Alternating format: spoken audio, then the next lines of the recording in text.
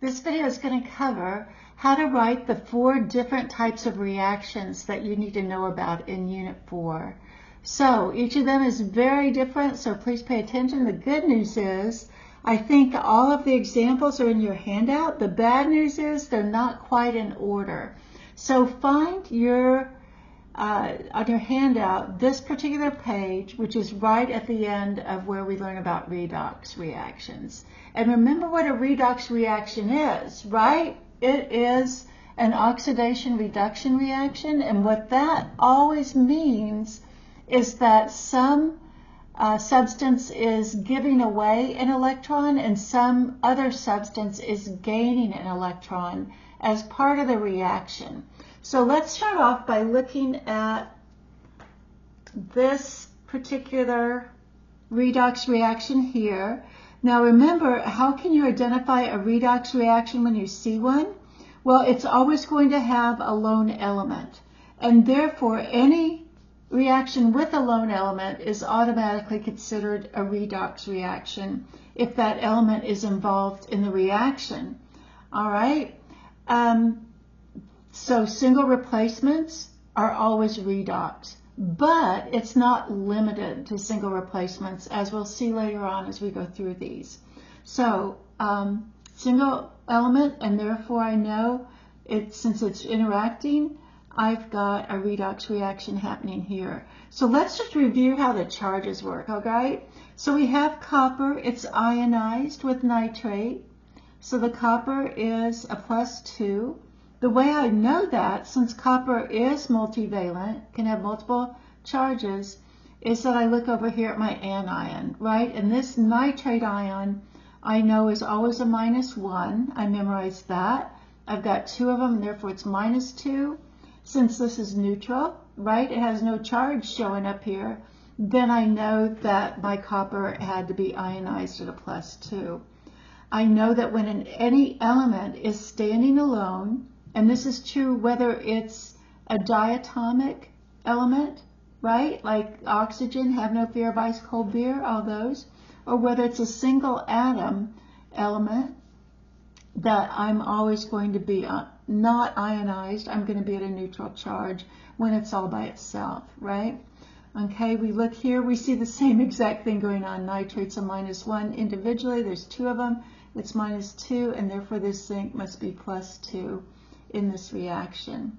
So now let's go in and, just for fun as a recap, let's identify what's going on from an oxidation reduction reaction. So let's look at copper. Copper went from +2 to 0, right?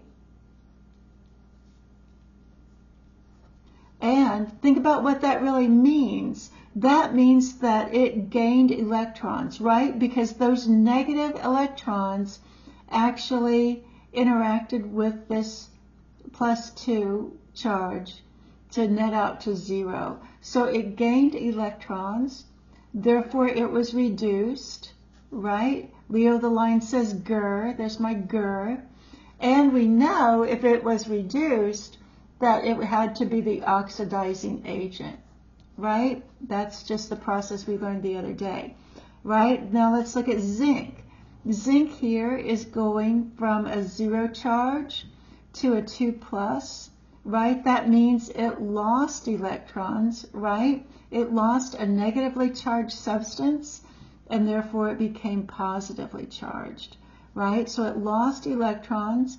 We know Leo, losing electrons is oxidation, right? And therefore it was the reducing agent. So we just identified all the process that we learned the other day for this reaction. Now, to write the redox half reaction, if I said write it for copper, then I would say my copper 2+ ion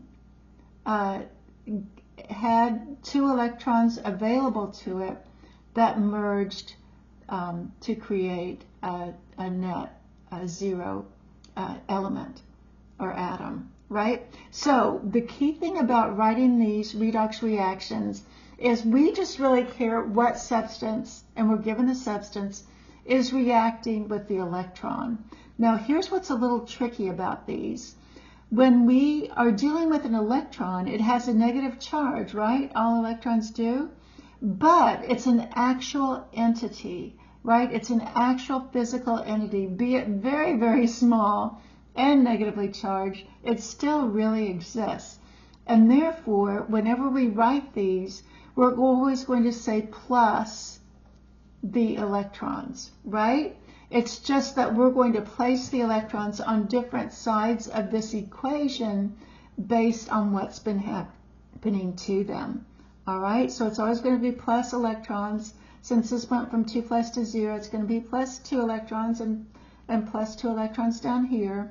But let's look at this one more time and see what is really going on. So we've got copper that's ionized, and then here, right over here, after the plus sign in this, we had the 2 electrons, right?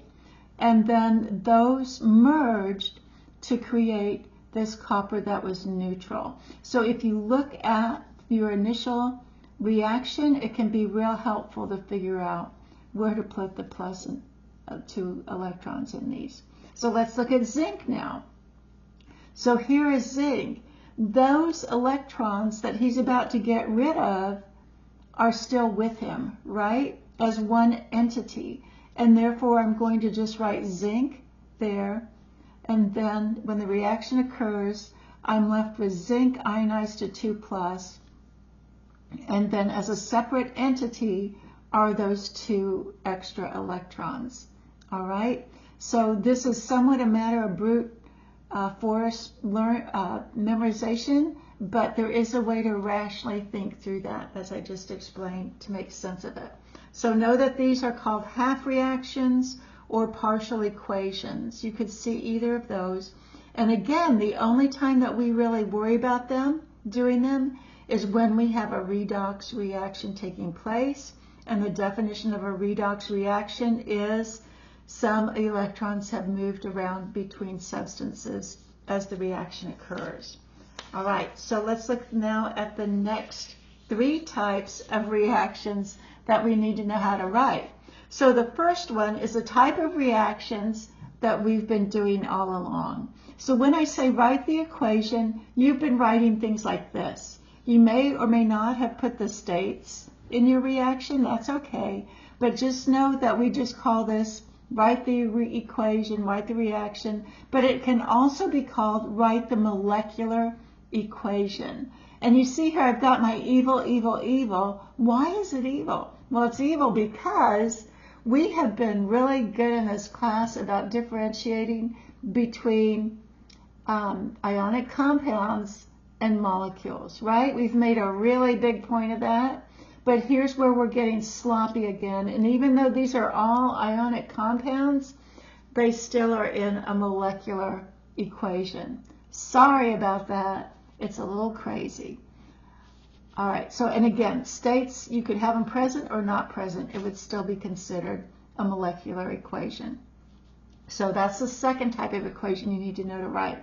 Now, when we're dealing with aqueous solutions, and only aqueous solutions, those particular, like here, our sodium ions and our chlorine ions are hanging out in the water of an aqueous solution.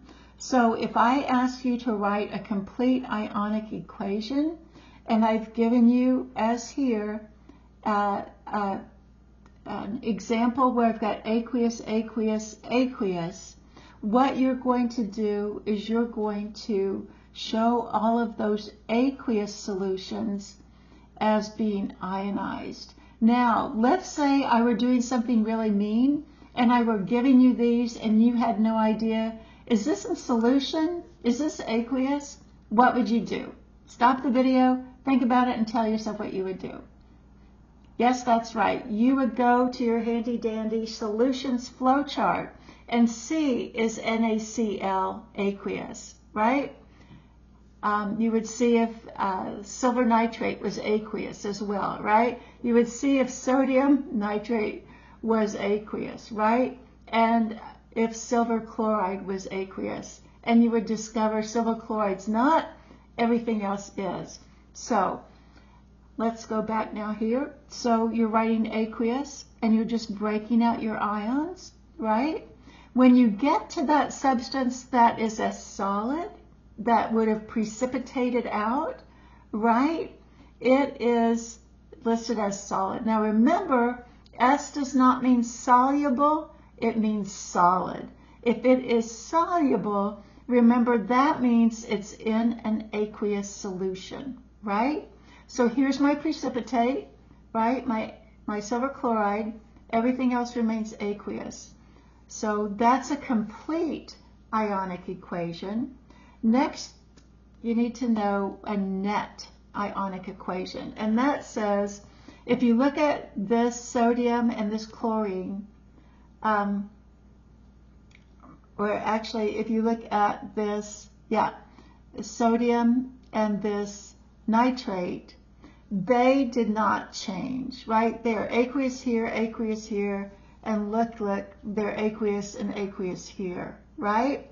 Yeah, so they didn't do anything important in this whole reaction. And therefore, when I write a net ionic equation, I am removing everything that was aqueous at the start and is aqueous at the finish. I'm only going to show which things precipitated out. So I'm showing them over here, my reactants, in their aqueous state, right, just like they were up here, right? And then I'm showing what the precipitate was that was formed as part of my net ionic equation. So this is the actual net of what actually happened in this reaction. Okay? Spectator ions. Yeah, that's sort of cool to know. But spectator means, yeah, spectator. I go to the game, right? If you went to your high school basketball game and sat in the stands, your impact there, sorry to say, wouldn't necessarily affect your team. It might, a little bit, right? But from a chemistry standpoint, if you're a spectator, you're not doing anything important. All right, so those are the 4 ways to categorize, to write different equations. Next, let's talk about one other way that we can categorize reactions. And here's a matrix, and as I go through these things that we're going over here, you can go ahead and fill out this matrix, okay? Sometimes you may not have anything in particular to say about a reactant or a product. You'll always have something to say about determined by. So I'm going to put this to the side as we go through other types of reactions real quick. So you remember what an acid is, right? And you know you can always identify an acid, because you've got, it's always going to start with an H, right? Anytime you see anything start with an H, except for water, you're going to regard that as an acid. And remember, here's our naming convention that says when you've got a polyatomic ion here, you're going to go with a short name even though the formula is longer. So you've got nitric acid. Here you're using almost the same convention, right? But you are adding the word hydro in front of it when there's only one element behind your hydrogen, okay? All right, longer name, shorter symbol, longer symbol, shorter name. All right, I see that's not in your handout, so you probably need to write that down if this is troublesome for you. Next, all right, so let's look at acid-base reactions. So acid-base reactions are, as you could imagine, when an acid and a base combine. All right, so we know how to identify acids. Our bases that we're working with at this point in chemistry are all going to be formulas that end in OH. And this OH is very familiar to you, isn't it? It's a hydroxide ion, isn't it? Right, right. So you're going to know if you see reactants that are an acid and a base, you've got an acid-base reaction. If I ask you to predict what was formed from an acid-base reaction, you can look here and remember, oh, water is always going to be formed, right? H2O, right? The other thing that's going to be formed is a salt. Now, when they use the word salt, they're not talking about table salt necessarily, sodium chloride. They're talking about any ionic compound, And they could be talking about salt the way we think of it as a solid or remaining aqueous. Either way, right? But it's whatever was initially attached as an ion to the hydrogen and whatever was initially attached to the hydroxide in my base, right? So let's look at an example.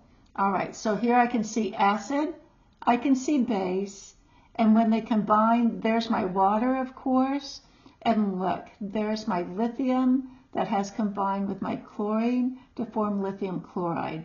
How did I know to put the S there? I looked at my solubility flow chart, right? Yeah. And you know you'll have that on the test every time you need it, right? Okay. So let's look at another one. So here's, you've got a single atom attached to your hydrogen to make up an acid.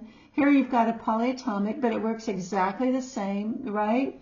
So I can see I've got my hydrogen, my hydroxide, therefore I can form water in an acid-base relationship. And there's my barium combining with my sulfate ion to produce barium sulfate. Again, I can check my solubility and see that that's a solid as well. All right?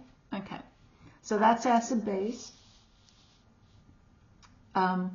So acid plus base equals water plus salt. That's an important thing to remember. Next, let's go to gas evolution reactions. These are the easiest to identify because all you have to do is look and say, is there a gas here in my products? That's all you do. Have gas as a product and you've got it. Does it matter if gas was here as one of my reactants? No, it does not. You still, even if you have gas as reactant, as long as there is gas as a product, we're going to count it as a gas evolution reaction, all right? All right. Let's see, what else could I possibly tell you about this? Oh, the only other thing is I want you to be aware that, well, just keep in mind that if you end up with hydrogen or oxygen or nitrogen, then keep in mind that that's diatomic, right? So if it's all by its little self as a gas, you know you've got to have that 2 there and keep it diatomic, right? Okay, but that's the only hard thing about that. All right, let's go and look at one more type to fill out, and that's good old combustion, our favorite, right? We like fires in chemistry. So we know that the reactants are always going to include oxygen. So that is the most defining part of that. Oh, hi Fergus. The other thing, sorry, that you need to know is for combustion that we're working with, the products are always going to include carbon dioxide and water, okay? So let's say I have, let's do methane, CH4, all right, there's my methane, and that could be a gas, right, plus O2, which is a gas, equals CO2, right, which is a gas, plus H2O, right? Now, here's what's interesting. H2O, we're always tempted to write liquid, right? But when you have a fire burning in your fireplace, and this type of reaction is going on, you've got a hydrocarbon product with the wood, you're burning it with oxygen from the atmosphere, and you're releasing carbon dioxide gas, and you're releasing water, but you don't see the water, right? You may hear a little hiss and spit every once in a while from the fire, but in general you don't, because that has become steam and it's just going up the fireplace at that point. Okay, so there you have it. If we had to balance this, take a second, stop your video and balance this guy, okay? All right, so you saw what to do. You have 4 hydrogens here, you need 4 here, and therefore you're going to make it 2 there. Now you've got 2 oxygens here, plus 2 oxygens here for 4 oxygens, and therefore you need to have a 2 here, right? And now you've got 4 oxygens. and 1 carbon in each place. So now you're balanced. If you had to make your little chart to do it, that's fine. That's a good way to go, just to be sure and double check yourself. All right. Now, it is worthy of note that heat and light are always produced in combustion. If I gave you